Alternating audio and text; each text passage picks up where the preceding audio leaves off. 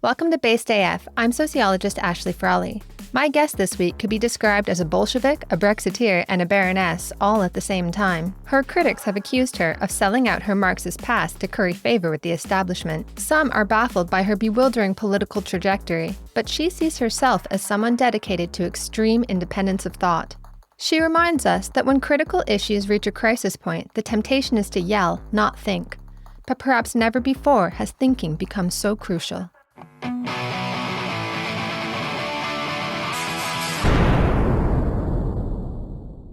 So I'm Claire Fox, and I'm the director of the Academy of Ideas, but I'm increasingly introduced as Baroness Fox of Buckley because, bizarrely, I'm in the House of Lords.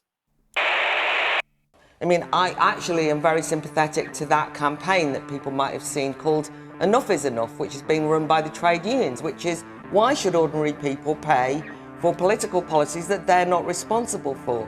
But what I really think we need to do now is actually have a mature discussion about how we can get the economy kick-started. I mean, we need a new industrial revolution.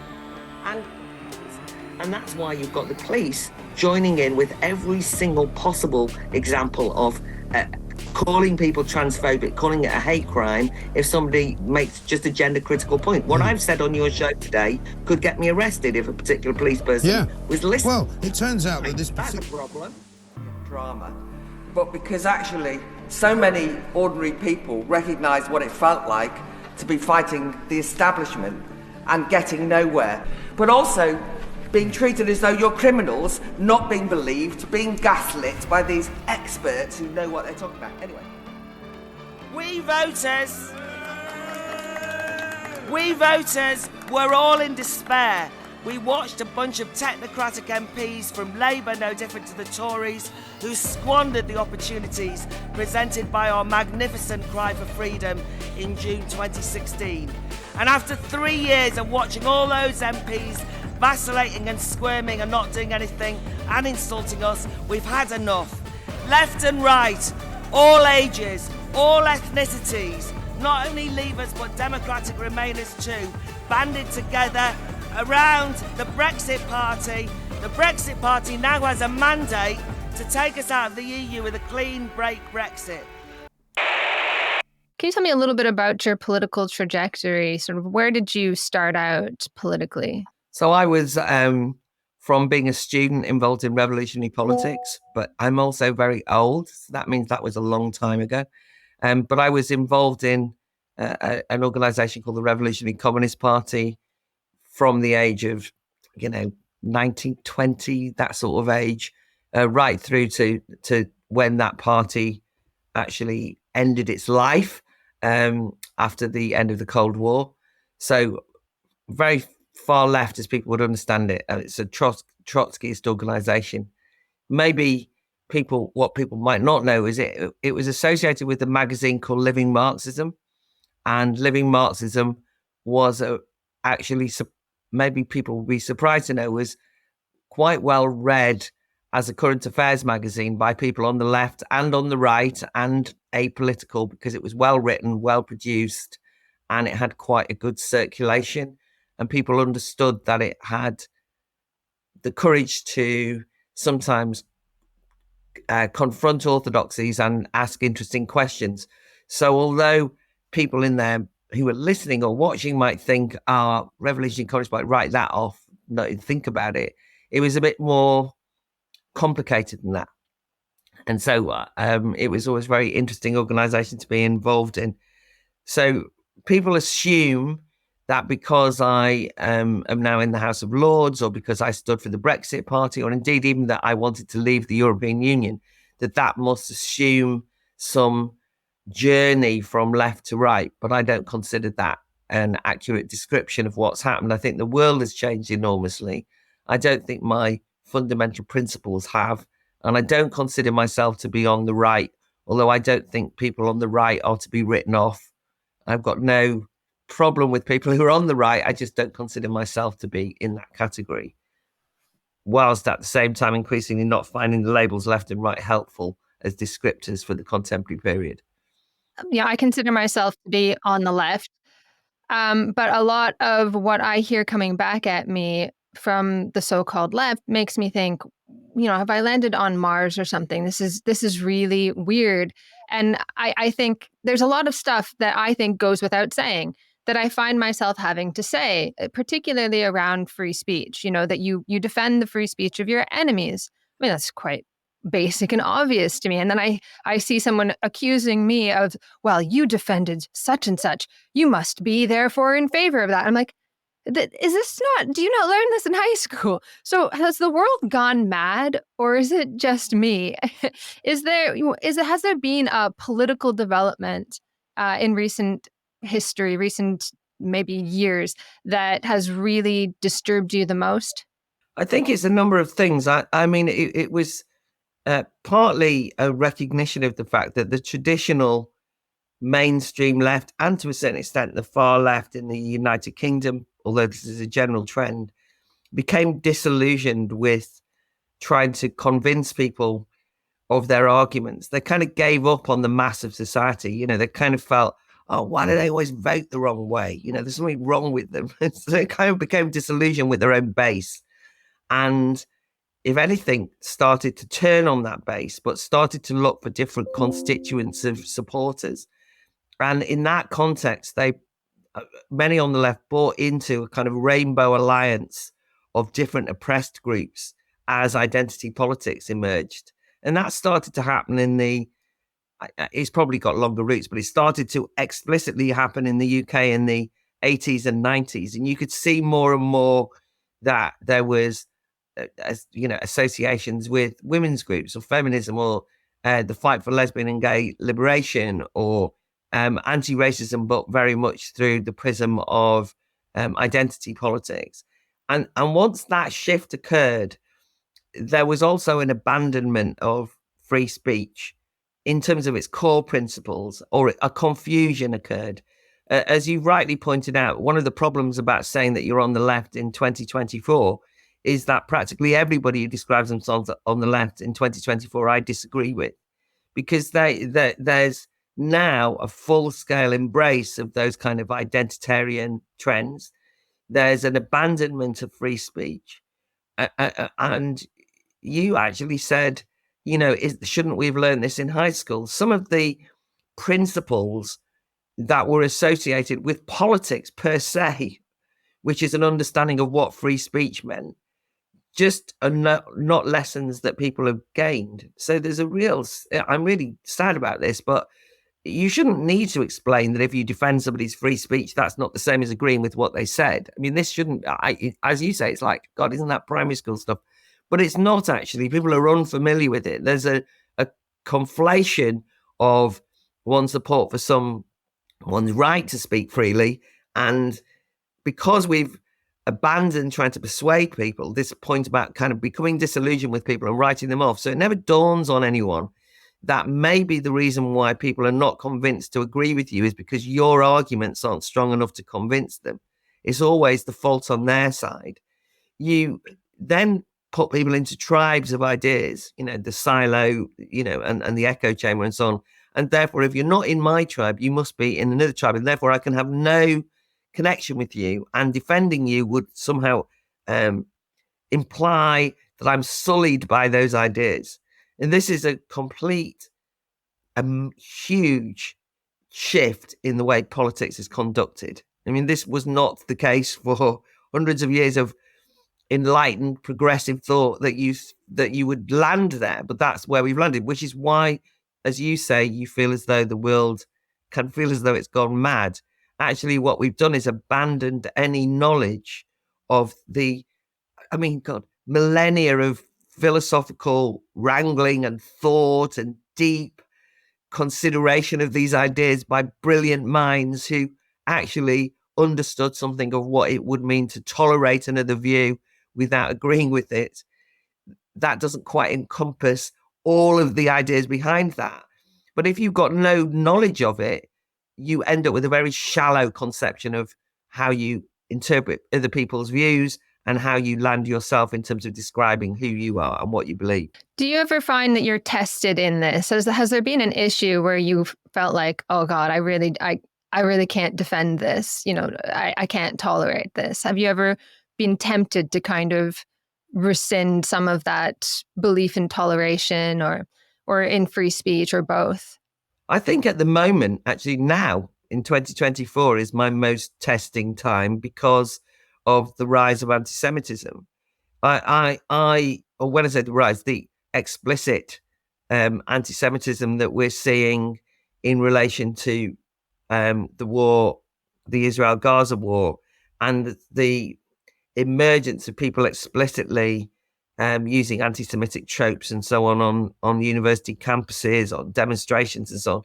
And sometimes so shocking that I am tempted to say, close it down, and I'm very aware as well. I'm not there. I just mean it's so shocking. I think the difficulty is that whereas I'm fairly firmly of the opinion that words are not the same as action, and that the conflation of words as harmful and dangerous speech with acts of physical violence or in and so on should, it's been a very dangerous trend. When JSML's harm principle becomes psychological harm, and people can say they're being harmed by an external speaker saying something that will make them feel uncomfortable, and then they'll say it makes me feel unsafe. I am usually at the forefront of saying, don't be ridiculous, and we've got to get this right.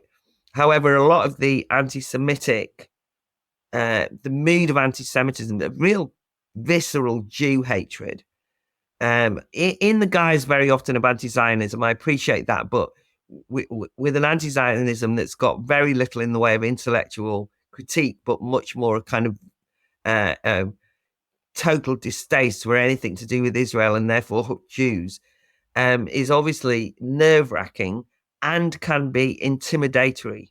And so getting the balance right on that, because you cannot be in the situation where you kind of blithely go, it's free speech, everybody, as you watch somebody who's Jewish being chased out of a London park with somebody shouting, Jew, Jew, get the Jew. I mean, you think, oh, you can't just go, well, I believe in free speech, everybody. So there are moments like that. I think as well with some of the demonstrations that we've seen, particularly I'm familiar with the ones in London where they're happening internationally. I support the right to assemble and free and demonstrate, and I'm a right to protest. And in fact, I've argued vociferously against the state acquiring more and more laws to ban protests.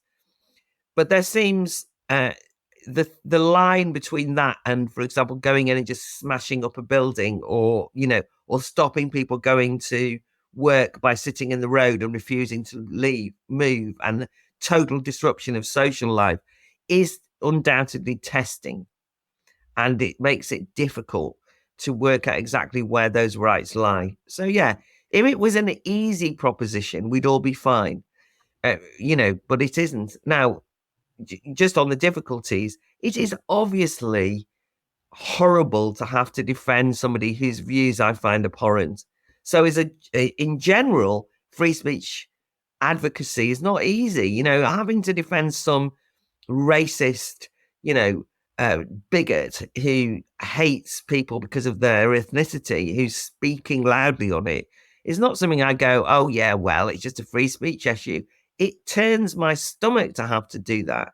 But I understand the importance and the significance of not simply confining my free speech advocacy for speech which I don't find offensive. I mean, that would be not free speech at all. So you have to kind of grit your teeth and get on with it. But it is not easy. And anyone who says it's easy has not done it. Do you think you've struck a balance in your stance now with regard to, anti-Semitism? Have you sort of put out defenses of it? I still defend people's right to be anti-Semitic. The argument is whether we, and in fact, I'd rather see this stuff. I mean, in some ways, what a great, dare I say, privilege that we have so many ways of being able to see this. Because one of the good things about social media is that obviously we get to see internationally what's going on. The privilege is that you can then say, oh my God, this is terrible. I mean, I'd rather know what the problem is than have it hidden underground. So, that's fair point. But I don't know that you can say it's a balance. That's quite right. And I don't know where it's going as well, because it does feel to me as though the intimidatory speech that we're witnessing is a whisper away from violence. And intimidation of the level that we are seeing is a difficult thing to negotiate. So I don't know. I've certainly sway far more in favor of free speech. I mean, it's not even in favor of, I mean, free speech. But I just think I don't want to be complacent, because I don't want to be naive and not understand that there's a different mood that is in danger of turning particularly nasty. And whilst it would be ridiculous to, one doesn't want to kind of scaremonger and talk about Nazis and 30s Germany and all the rest of it. The history of anti-Semitism way before and since the Holocaust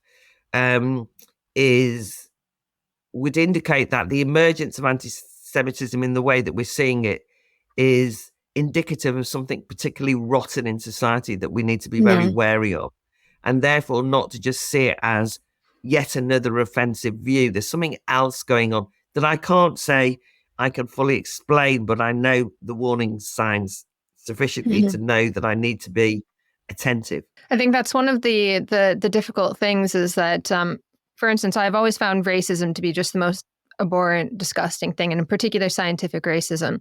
But when it's sort of pushed outside of society, like we won't tolerate that kind of speech, which, you know, we shouldn't. We should defend people's right to say it, but doesn't mean we should condone it, obviously. But what worries me is that it gets hidden under 15 different layers of rhetoric. And so you find often that people will say quite racist things, but it's hidden. You know, I've written about this for Compact Magazine, where it's like I was doing this literature review and, you know, someone was like, well, the trouble is that is an intersectionalist as well, I think, that Black people suffer from social, emotional, and cognitive impairments that result from the legacy of slavery. And I was like, wait, hold on a second. Did you just say Black people are cognitively impaired? Which is an old argument, right? But it's the legacy of slavery, so it's okay, now I can say this. And so you realize that the problem isn't the speech. The problem is what people are describing are these old ideas, this old way of explaining the world, which is a bad way of explaining the world. And I want people to be able to out and say it. You know, I don't want to have a PhD, you know, to understand. Yeah.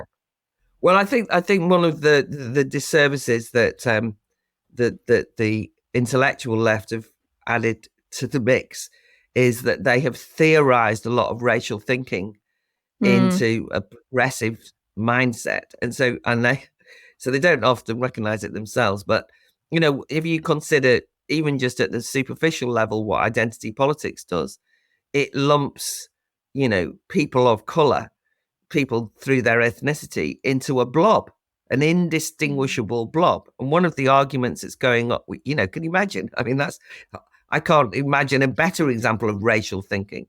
And one of the examples that we have in the UK at the moment is that there's a lot of members of the Conservative Party who are not white in senior positions. And they routinely, which you might think people might recognize as the fact that explicit racism isn't an issue in the United Kingdom, because if you can go senior in the Conservative Party and you're Black, right, wouldn't that seems to suggest that wouldn't have happened 40 years ago, let me tell you. But guess what? They are then ridiculed for having betrayed their Blackness. And at the moment, there's a big argument going on because there's complaints being put forward that people are being prosecuted under hate crime legislation for calling people coconuts. And the origin of the word coconut is black on the outside, white on the inside.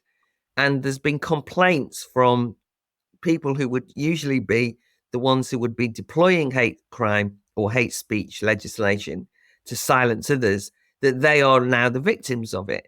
And they're then saying, oh, coconut, that's not racist. That's a description. Like, sort of, because they really are.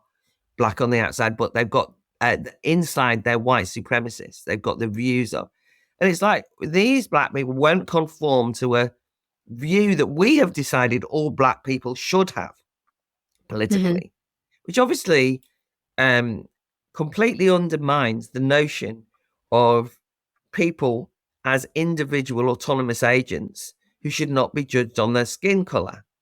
I mean, it's the very thing which we are all find abhorrent. And yet, blithely, everybody's saying, yes, this is a real problem. Why shouldn't we be able to attack, using real racist language, those black people who betray their blackness by having the wrong political outlook? And I think, as you say, that makes it more difficult to accurately describe what racism is when it's, as you suggest, cloaked in all sorts of caveats and difficulties and political, right think and so on. The other problem we've got is that these terms associated with bigotry have been so promiscuously used that they become meaningless, and it's very difficult to know how to tackle this. So during the referendum as to whether we should stay or leave the European Union, it became quite a common feature of demonizing and caricaturing those people who wanted to leave the EU. And then after we left, or after we voted to leave, suggesting that this was true of all Leave voters, that they were xenophobic, racist bigots who just hated foreigners. This was entirely inaccurate as a general characterization, but it meant that the word racism was bandied around all over the place inappropriately all of the time. Now, the difficulty we have with that, and we've seen that, obviously, it happens a lot. All Trump voters are racist. All of these different ways that far-right Nazi racism are used. The difficulty we've got is there are racists, and I want to say that's racism. And then people will say, oh, everything's racist these days. What does it mean? And so you've lost the precision of language to actually name and shock and say, call someone out. Because you also made an important point, which is to say that I can tolerate different bigoted views and I won't defend their right to say it is not the same as tolerance in it. And now I'm going to hold your hand and say what an interesting view it is. You can acknowledge that it's racist bigotry. You can defend their right to say it, but it doesn't mean that you then kind of don't speak. You can then say that is racist bigotry, right? You can argue with that person or argue with the public about why that person is a bigot and why they should agree with you, not that person. You can completely publicly humiliate the ideas associated with that bigotry, but you've got to be able to retain the use of language to describe what it is you're talking about. And at the moment, we're losing control of that. So it's even more confused with the anti-Semitism issue, because so much of anti-Semitism with such a long, the oldest hatred, long history, is associated with tropes and coda and nods in the right direction, conspiratorial people running the world. You don't have to say the word Jew to know what you mean. And yet, if you don't say the word Jew, people say that's not anti-Semitic, because there's criticism of Israel as a country, which can be legitimate.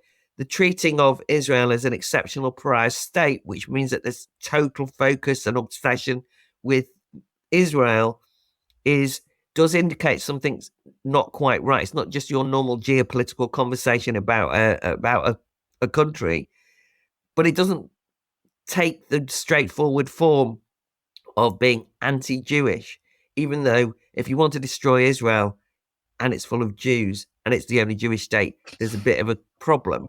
And if your alliances are with those people who are explicitly anti-Semitic and so on and so forth, but nothing is straightforward. Very few people wander around and say, although what's worrying is that more people are prepared to say that, but it's not quite as out there as that.